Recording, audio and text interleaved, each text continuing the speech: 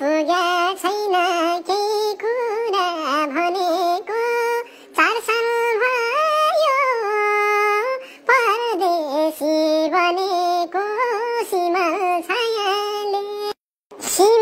छायाले धुरुकै रुवायो उनकै मायाले सिमल छायाले धुरुकै रुवायो उनकै मायाले मेरो माया तिमीलाई नि छ भने परदेशीले मन मार्यो नभने सिमल छायाले धुरुकै रुवायो उनकै मायाले सिमल छायाले धुरुकै रुवायो